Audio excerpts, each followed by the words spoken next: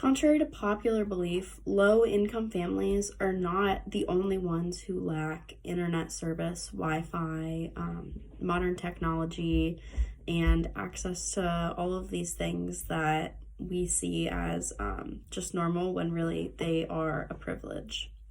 The president of Microsoft, his name is Brad Smith, this quote is from the New York Times article in my citations, but Smith says the worst place to be is in a place that there's no access to technology that everyone else is benefiting from. So in this video, I'm kind of going to get into how location is also a really big factor in why people don't have internet access, data, technology, and things like that.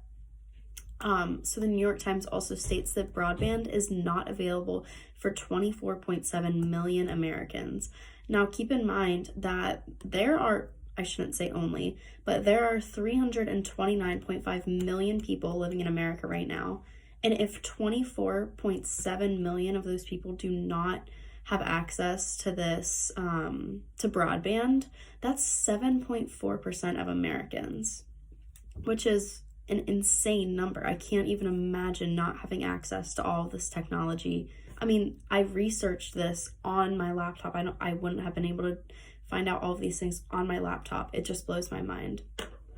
The New York Times also kind of goes into some detail about the struggles that people in geographically like isolated areas have with internet access.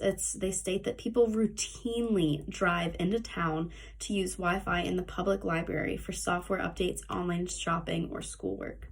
Now, the word routinely really stuck out to me, because it's not just like, oh, my Wi-Fi went out, I'm gonna go drive to the library or drive to a parking lot and sit there and like mooch off of their Wi-Fi and data and things like that.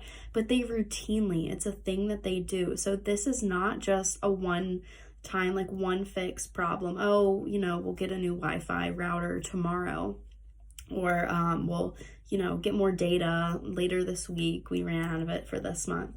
This is an ongoing problem. And the thing that I find a little bit surprising is that the federal government is saying that 100% of people in the county where this is talking about, it's in Washington State, the federal government is saying that 100% of people in this county have access to service, whereas only 2% of individuals in this county do. So not only do they not have access, and they're obviously trying to get access, but the federal government is saying that everyone has access when only 2% of people in this county do.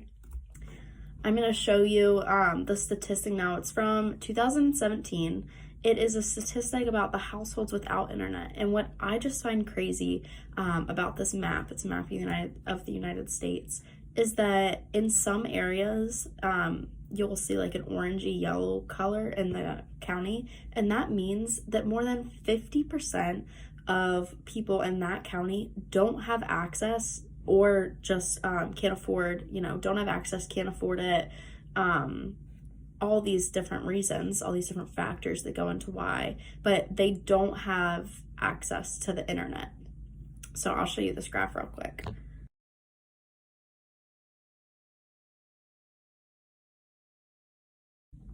And that graph just completely blew my mind. I mean, it's crazy to think that in some counties in the United States, more than 50% of people go on their day-to-day lives without internet, without technology, without the resources that we as people who have grown up on technology or are so fortunate to have it now just see as normal. We don't think twice to post on Instagram or to make videos like this, or have the resources to get on my laptop and create a PowerPoint and send it in to a digital and online class. Like, it just blows my mind. And I'll leave you with this quote.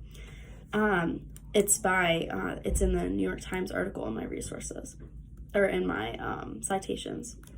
It says this: fast internet service is crucial to the modern economy in closing the digital divide.